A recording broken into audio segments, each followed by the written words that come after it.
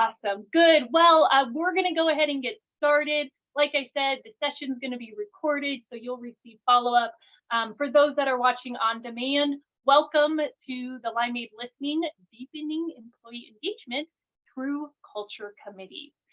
We're really excited today to be with you and maybe some of your team as we go through this. So we'll go ahead and we'll get started. We'll start with our introductions. My name is Bree Mouton, so Bree like the cheese, easy to remember. And I have been a part of the Limeade Listening team for over 2 years now. I'm actually originally starting on our sales team as an account executive working on new sales business. Last summer, I had an opportunity to move over to the CS team, and now as one of our customer success managers, I get to work with over 100 of our current clients on employee feedback, engagement, and cultural strategies. But before this, I was in the hospitality industry, hotel and destination sales and events for 20 years, where team and organizational engagement and culture just had a large focus on differentiating companies from one another, right? But I'm excited today to be collaborating on this topic in Culture Committees with my colleague, Corey, and I'll let him introduce himself. Hello, everybody. My name is Corey Tanaka. I've been at Tiny Pulse, now Limeade Listening, for almost 5 years in a couple of months now. And when I started as a SDR, maybe some of you have received an email or a cold call from me in that time since then. However, I've also served on many culture committees for us as well, for our internal survey strategy. And I'm excited to continue sharing that knowledge as well with you folks, with our customer base, and with other folks that are interested in just learning more about how to create a culture committee as well. Awesome. Thanks so much, Corey. As we dive into our agenda today, just to set some expectations, right? You're going to see a poll come up because we do want to hear from you, kind of gauge with our live audience today, which of you have a culture committee active in your organization? So as you answer that, I'll kind of review our agenda. We're going to dive into what a culture committee is and that impact around employee engagement as well. Understanding our culture committees for us, right? How do I know if that would have impact? And then, of course, finally to take action, right? Because that's where the real meat of it comes into. But a friendly reminder, this is part of a 2-part series. So we'll have more dive in to the culture committees here in about a month or so. So stay tuned for that. And hopefully we've got everyone to respond quickly to that poll and we'll have that come back up.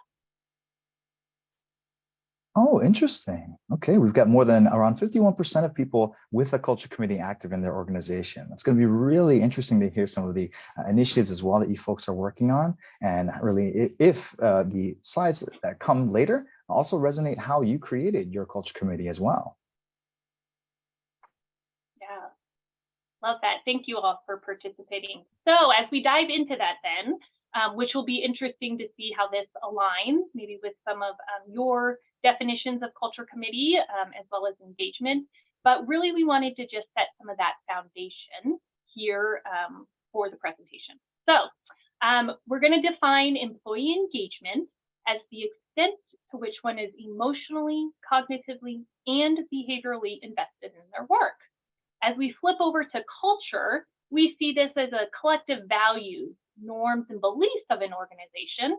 And we know that often it's said that culture is kind of like an organization's personality, right? That it creates alignment within the organization as well as business performance. These two, employee engagement and culture, we feel are very synonymous together and really sometimes two sides of the same coin. You know, employee engagement is a quantitative view where culture can be more of a qualitative view of your people experience. So it's important to get the feedback and data from both sides. We know as HR and people teams or individuals, this can be a lot to handle, right? There's lots of elements and views, especially when it comes into culture. It's hard to pinpoint that down. Sometimes it's very difficult to describe within your organization. And we know that it's always changing.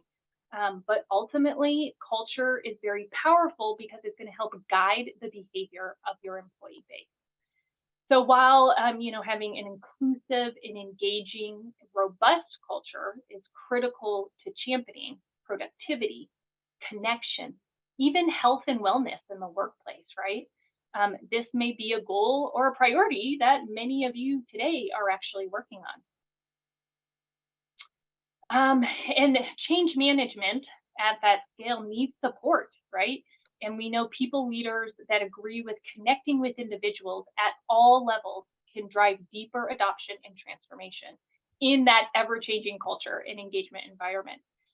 So we loved this thought by Megha Gupta, the HR director of Pfizer, IT services and consulting company. But managers become your advisors and change agents in accomplishing the culture shift when you include them and collaborate them to drive the transition. Now, we see this very commonly, I think, with leaders that we're working with, that they go to that level, right? But what we need to do is dive a little deeper. We know that initiatives from HR can go unnoticed. They can result in really less adoption or even collaboration. And we know it's a large task on making sure that the messages that you're sending out and the results resonate with people at every level. So sometimes HR efforts aren't always enough, right? They're not adequate. But if you start to bring in not only managers, but employees as well, together as equal partners in reaching organization and cultural goals, it helps to drive collaboration, adoption, transition, and that's where a culture committee can really come in and be so valuable. Corey, interested to hear what your thoughts are. Yeah, that Megha Gupta quote is very, very timely and insightful for us as well, in that it was really a driving factor for us to want to create culture committees for our internal processes as well. When I'm thinking back to when we started things out with Tiny Pulse, as it was called back then, we had a more traditional feedback review process, which was really centralized to leadership. It was a feedback bottleneck as well. And with that centralized to leadership, it was a time cost for our leaders to take out with our HR manager to review each of the feedback, create insights, and then also they were really the only channel open for feedback in regards to our engagement initiatives and what was going to be worked on in the following quarter. Because they were somewhat removed from the actual employees and the teams that were voicing these concerns, they also needed clarity on those responses. And so typically a longer discussion was needed to be had to better understand really what was the core problem that our employees were bringing up. Because also this was centralized to only our leadership and HR team, it was kind of difficult also to get employee buy-in, as you all might be experiencing as well. When solutions are seemingly, or at least felt like they're coming down from the quote unquote mountain, employees may not be too quick to adopt those solutions as well. And so when we thought about what we wanted it to become, what we wanted our culture to become, we really focused on wanting to create an employee empowered culture so that our employees were empowered to not only own the culture, but also live it every day. Because of it was a committee, it became a shared workload in reviewing all of the feedback as well, reducing the amount of time our leaders and HR were required to take into the feedback and review each individual responses. The committee were doing that, and we're distilling the most important responses for our leaders to then take those insights and create those actionable items. Because the committee was also reviewing results, they would have better insights into the responses and feedback that were given directly from those teams. So in those culture committee meetings, our employees were able to better identify the core problems that employees were hinting at in the responses. And in that discussion as well, they were also able to identify possible solutions that the organization could implement to then better solve for those engagement problems. And because they were created by the culture committee, they were employee-driven solutions, and the adoption behind those were much more successful than our previous process of feedback review. But yeah, we had a lot of great times in the culture committee. And don't get me wrong, it's not all sunshine and rainbows in the culture committee. We had to have a lot of really tough conversations with our leadership team to share a little bit more about why employees were sharing responses as in the same way that they were. But yeah, Bree, I'd be interested to hear some of your stories from a culture committee, and really what was the benefit that your culture committee term really provided to the team? Yeah, thanks. So I was newer to the Tiny Pulse team at the time when I was nominated by leadership to be part of our culture committee, which is one way to just interact and get a diverse look into the culture committee. And it was a 6-month term. And I think the way I approached it, being a new member of the team, was not only would I have opportunity to meet others across different departments and try to understand what they were working on or focusing on, or even what was important for their success. But then I got to start building some relationships with other leaders and managers, right? So it really allowed me to feel empowered to have a voice at the table, which I really liked. And then coming from kind of outside this industry, I had a different perspective on maybe how feedback was being reviewed or given or even interpreted, right? So I was really honored that I could bring some new ideas or insights and views to that and just be in the know. So we did a monthly discussion reviewing our feedback, which again, kind of based on different cadences that will look a little bit different. In some months, it was a heavy lift, right? And I think having shared resources with other committee members helped a lot in making sure that we were being impactful, that we were asking the right questions, we were involving leadership when we need to, but also there's that higher level of trying to understand what roads do I need to take, what approvals, right? And so being part of that also allowed me to understand a deeper understanding of what the organization as a whole was working on. But when it comes back to kind of that solution, as I came on, we had a disconnect with communication. And I think one of the cool things that my committee and team at that time had to work on transparent communication.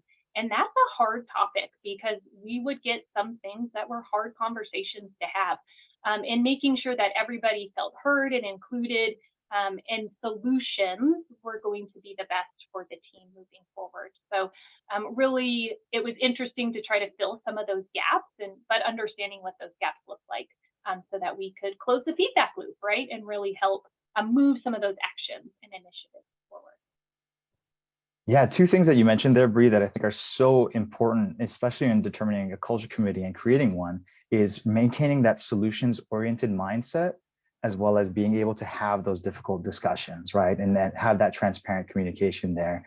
Because if you're here as well, listening to this webinar about understanding if we want to create a culture committee, I'm sure as well your goal is to create a collaborative communication culture there as well. And so creating a culture committee is really the best step in my mind as well, in not only talking the talk, but also really walking the walk there, right? Yeah, awesome. Thanks so much for sharing that, Bree. And let's dive a little bit more into actual culture committees and their impact. So take it away. Awesome.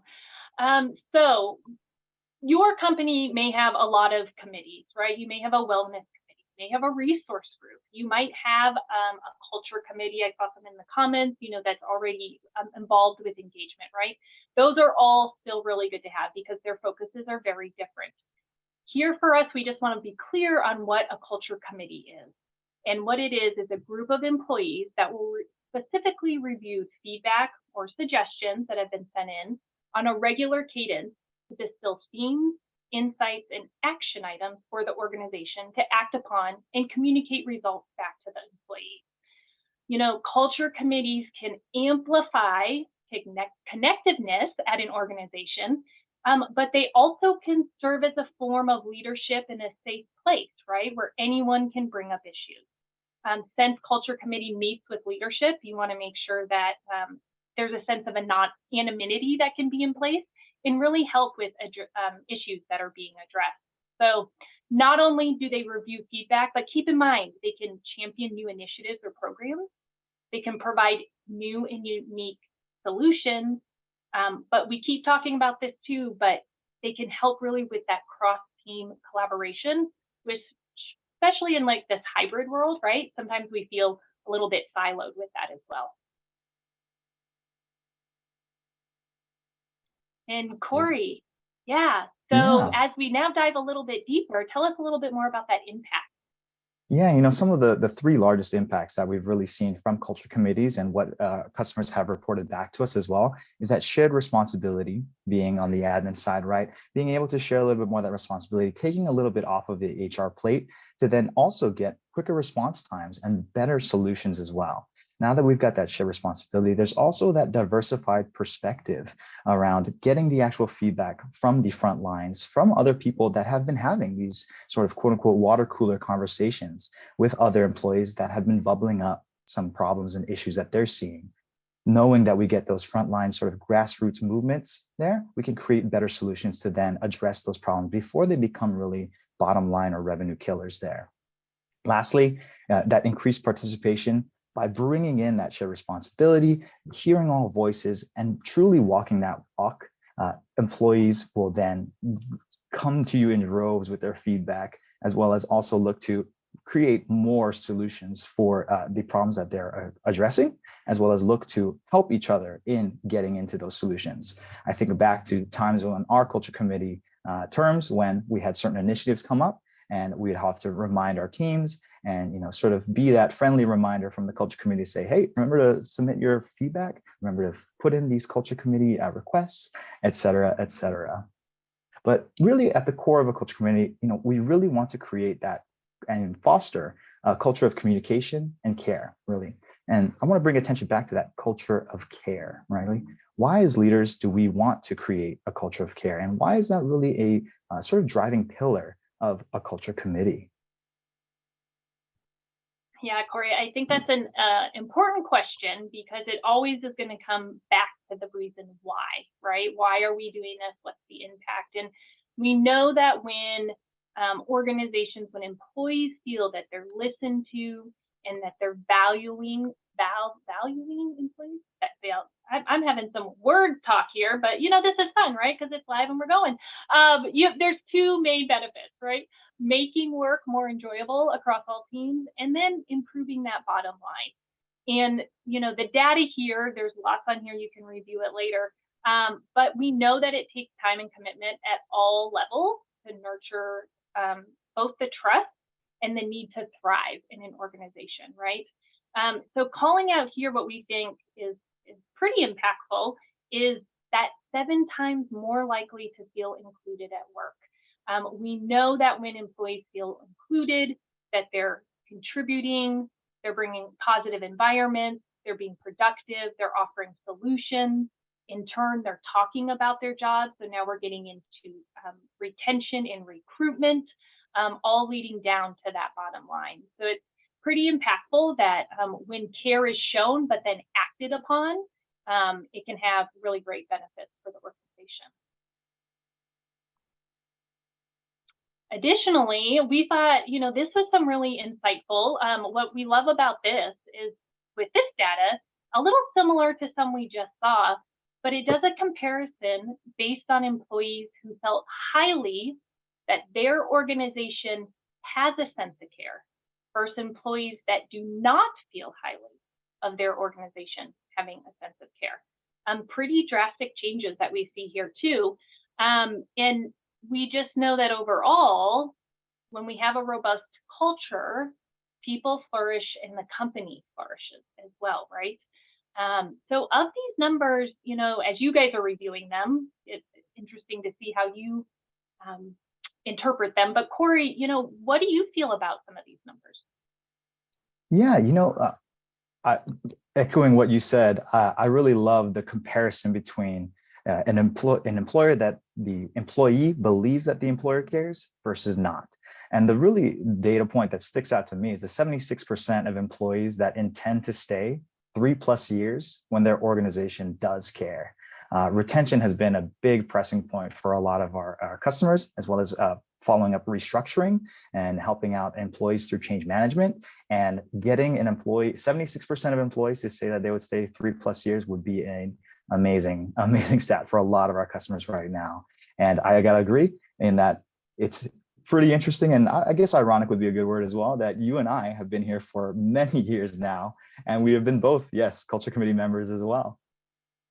Yeah, that involvement for sure. Yeah, I would totally agree. with how you're reviewing that, and I think we would like to hear from some of our attendees today that falls into that a little bit, right? And we would love to hear some from you in the chat of, what engagement goals or maybe current initiatives are you working on this year?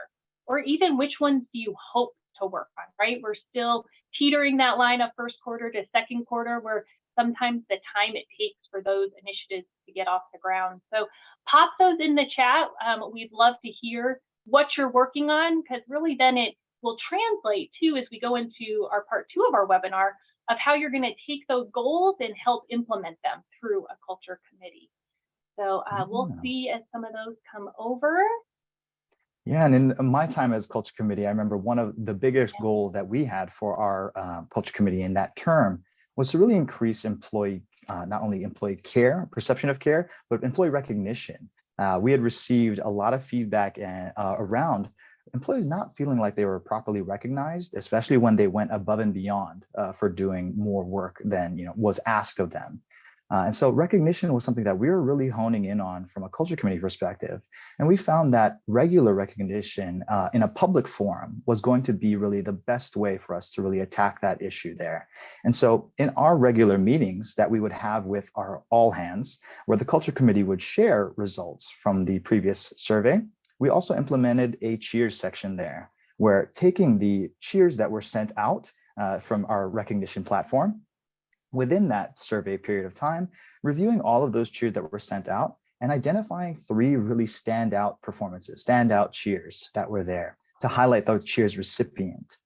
We would then take those 3 and vote on as a culture committee which one we thought was the most exemplary of our values and our culture, and then highlight that person to win a free, what we called a tiny lunch at that time, which was a gift card or to take out a person of their choice to lunch or a coffee to better get to know them as well.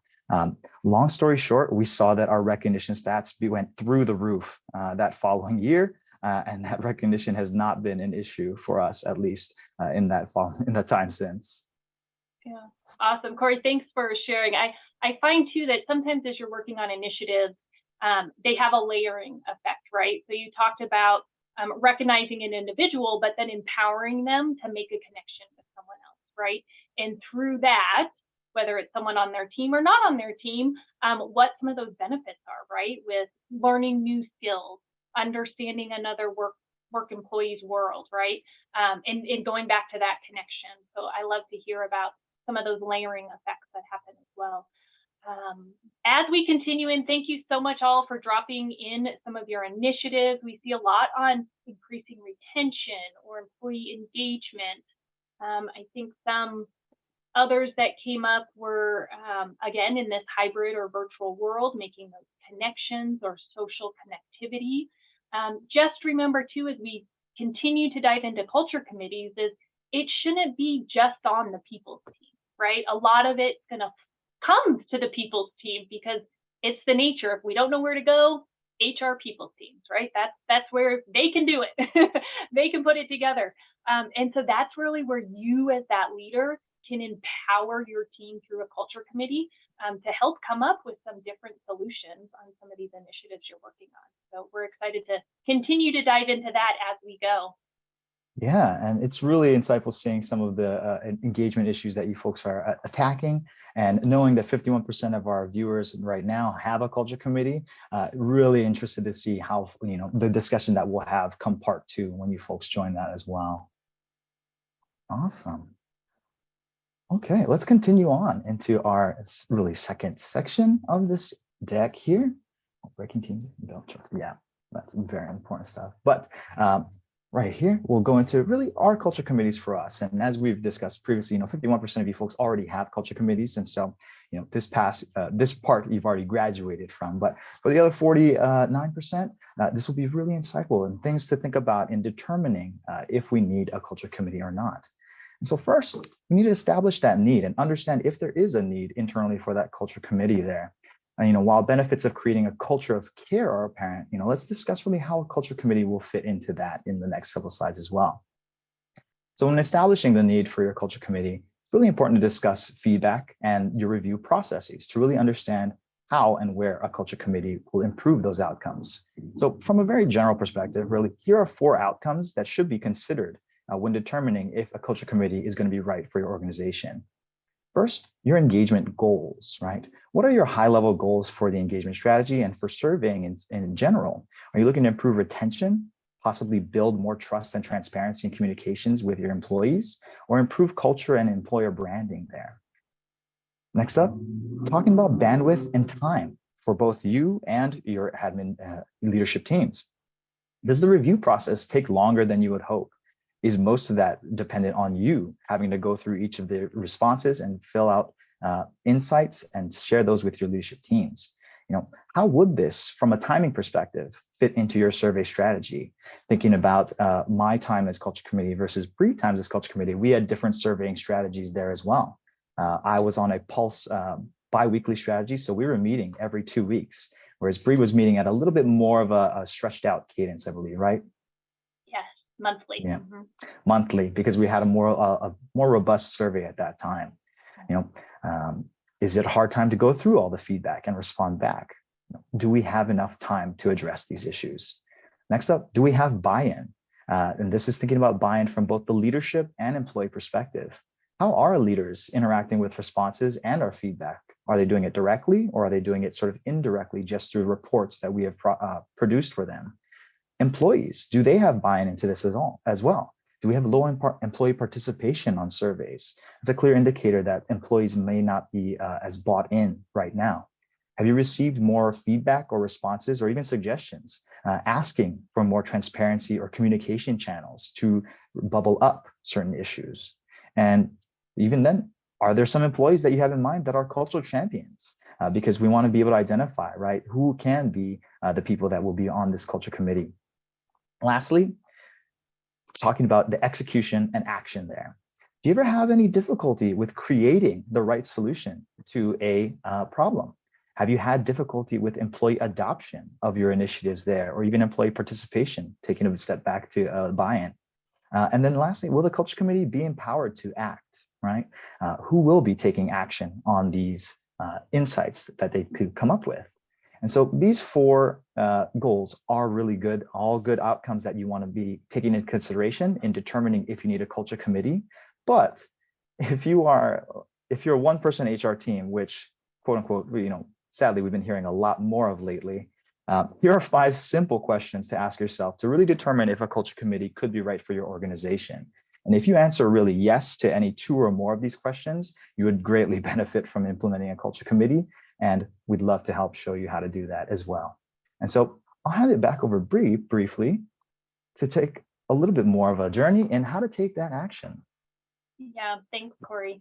With some of the information that Corey just reviewed too, I think it's important for the leaders out there that might already have a culture committee.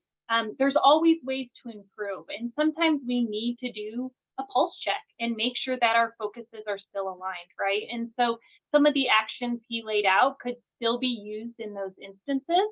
Maybe you're moving forward and something isn't working quite right. So, hey, let's reevaluate that. Let's determine, is this the best way? You can reshift or stay the course. So I think there's still a lot of value, right? As you're having, if you are shifting employees into that culture committee, this is their first time that they're really seeing this, even though you may have some champions that are there. So it's still important to maybe involve some of those conversations and have those insights discussed, right? Have some really authentic conversations. So love all of that, Corey. Thank you so much. So yeah, now we're going to kind of take part 1 of building this committee, or even restructuring your committee, right? What we want to take a look at here are just kind of the key bones on how we get this going. So we're going to talk about size. We really want and recommend that you have at least one person from every team or group to have a voice and representation. That way, when feedback does come in, you have a really good understanding on how that's being interpreted from each department, because that can look very different, right? From an IT team to a sales team, right? A front of the house to the back of the house. A employee that's out in the field versus someone that's in the office. And typically that could be 5 to 8 people, but again, depending on the size of your team, You just want to make sure that that is a good representation. Going into service length, this is varied, again, based on the cadence or how frequently you're getting feedback. As Corey mentioned, we shifted that from a 2-week to a longer cadence because we got asking more in-depth questions. So it is good to have someone on there, whether quarterly or 6 months. We all know that initiatives and action take time. Some are quick wins, which we love, keep celebrating those. But some take a lot of preparing, a lot of review, a lot of buy-in. So that's where that 6-month term length could be more impactful. When it comes to leadership, we talked a lot about this, being able to collaborate with others and diversify kind of the workload. It's important, though, to have at least one leader on this culture committee team. It's going to help advise on some of the processes, or even know what resources are available, or maybe what approvals need to be made, right? Also, having that leadership person on there, you might have that buy-in right away and can start putting action into place a little bit quicker. So that may rotate among your leadership people and may just rotate among your HR. If you're a solo, you may be on there all the time, but it's also good because then you're in and involved right away. And the final piece is that recruitment, right? How do we get people to volunteer their time to be a part of this committee? And we think there's a couple of ways to do this, a little different depending on your team and culture. Leadership management nomination. So that's what we did here at Limeade Listening and Tiny Pulse. And the team decided, and then we were asked to be a part, and that just also brings a sense of value and purpose when you do a nomination. Other ways is you can ask each department to nominate, right? You might have some volunteers that come up that way, and then people can vote for it as their own representatives, right? They know that they're going to come, be transparent, be a voice, be their winner, right, going in. Or even self-volunteering, or have people fill out kind of like an application to go ahead and be a part of that committee. As you move forward, I just wanted to bring point that, you're going to have times where once that committee is established, for many of you that we now know on this call, that you might find existing members. Use them, ask them, hey, who do you think would be good to replace you, right? They're the ones that are down with their team. They might have heard someone talking about wanting to be involved. Let's do some peer-to-peer nomination, right? Or even they're able to recommend someone for that next cycle. So overall, keep in mind these individuals become our champions in action, communication, collaboration, and adoption, right? That's what they're there for. And Corey, we're getting into that action. I'd love to hear maybe what some of those next steps are. Yeah, for sure. We wanted to make sure that, everybody that visited this webinar today would have some action items, hopefully, if you did not have a culture committee prepared beginning before this. And so let's launch into that little taking action section here. So we wanted to create a couple of things for you folks. First, this checklist by understanding, to help understand what the process would be to create a culture committee if you don't have one currently. Step number 1 would be to really understand your surveying strategy, to understand what gaps there are currently or what opportunities for improvement that a culture committee could also add benefit to there as well. That second section there would be creating a code of conduct. And so within any business unit or organization, you'll typically need to set a standard operating procedure for this culture committee there. And that can be a daunting task. And so knowing that, we've got a template there available for you folks as well. That's based off of Tiny Pulse's now Limeade Listening's former code of conduct template there. So it's a good base template to help you understand what should I set for parameters for leaders, for role membership, as well as how often they should be meeting, what common workflows or actions that they'll take, and how to handle specific situations in the feedback as well. Next, once you've got that code of conduct created and drafted, let's generate buy-in with leadership by getting that in front of them and helping approve that culture committee and getting the okay to get that started. Then we'll want to generate that buy-in with employees to share that out with them, to let them know that, hey, we're looking to create a culture of care, transparency, and communication here with this culture committee. So we're looking for volunteers or nominations, however you folks choose to create that culture committee membership there. And then once you get that committee implemented, we'll be really excited to see you for part 2, where we'll be sharing more and diving into the actual management of a culture committee and really how they create change and the common actions as well in how to communicate results back and how to change manage from an employee perspective as a culture committee member. Yeah, awesome. Thanks, Corey. And I did see in the comments, we did post that link. Just know when you get this deck, it will be linked in here as well. Awesome. Well, time flies when you're having fun. In education, even better, right? And hopefully everyone had some great lunches. So we've come to the end of this one. We hope it was impactful, intentional as we started beginning that journey of culture committees, right? I know that we do have some time here. We have some questions that came in the chat that we would love to answer. And then I know some in there. So Corey, I'd love to just start with some questions. So definitely keep those coming. I saw a couple that were very interesting, which I think is good for us to talk about when it comes to the committee in the amount of people.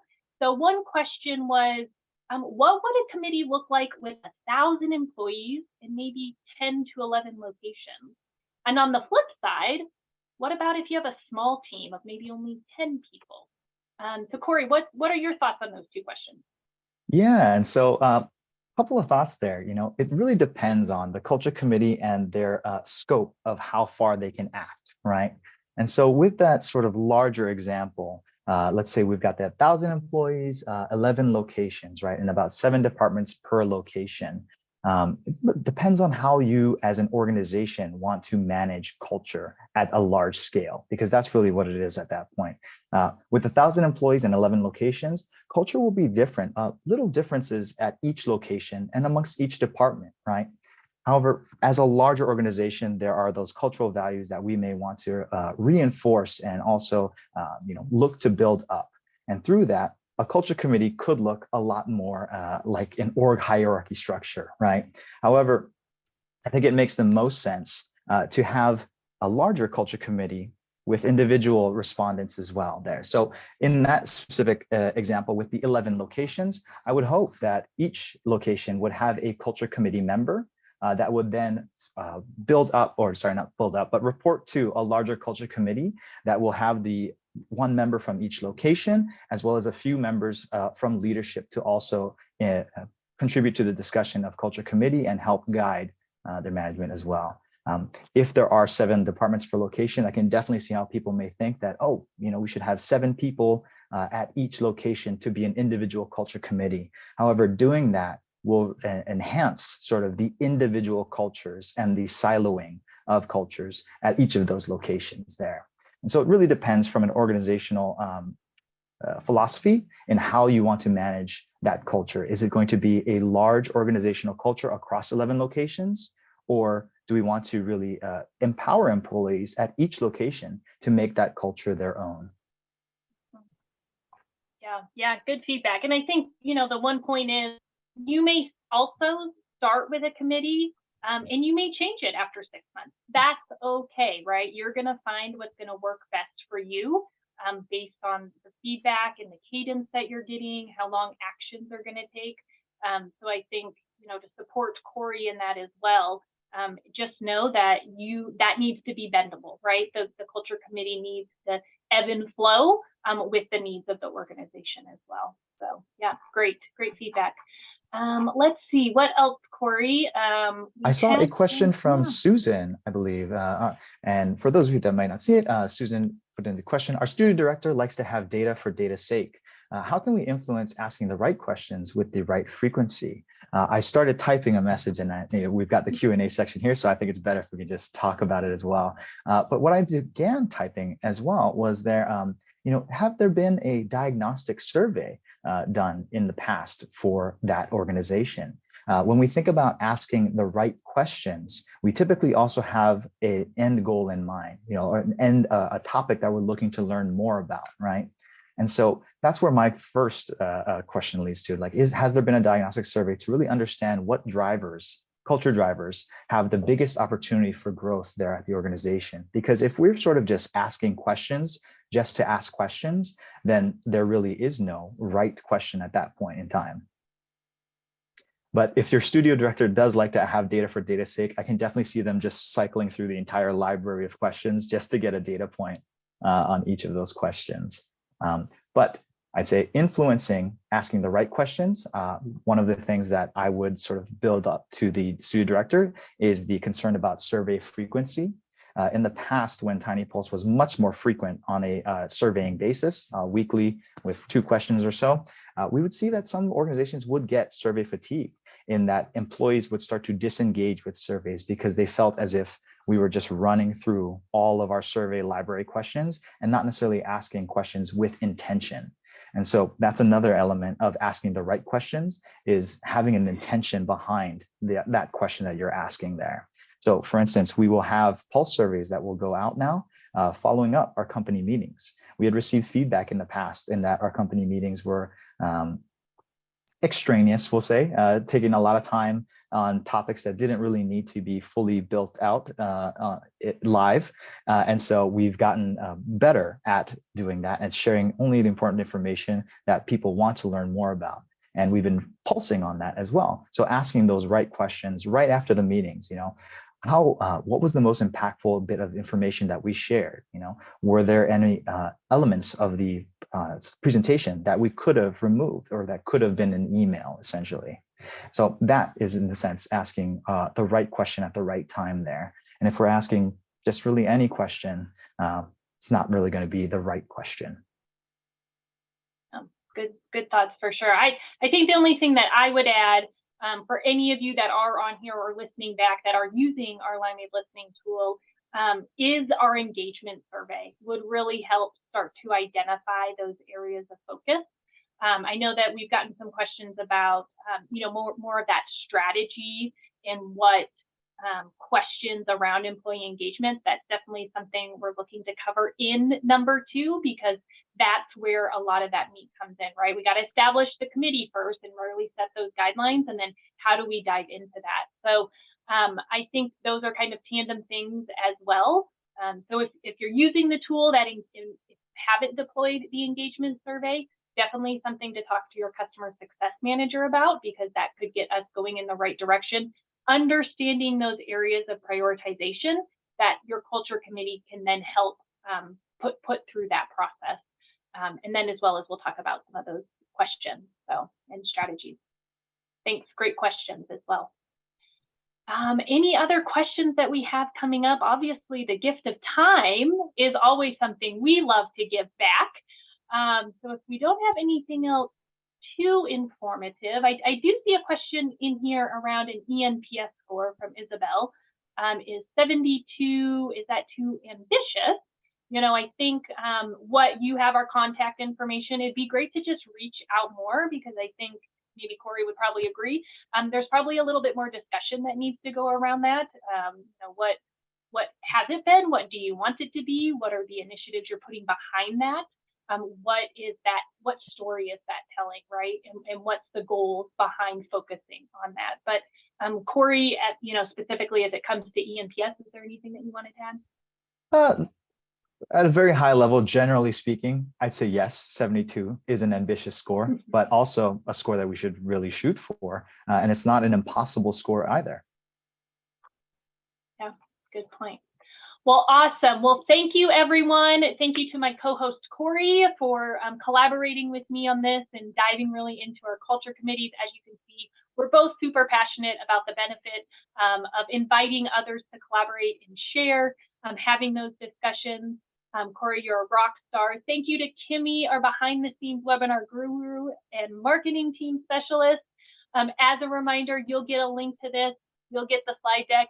And we look forward to seeing you at part 2. Thank you all for your time today. Corey, cheers to happier employees. Cheers to happier employees. We'll keep that mission alive.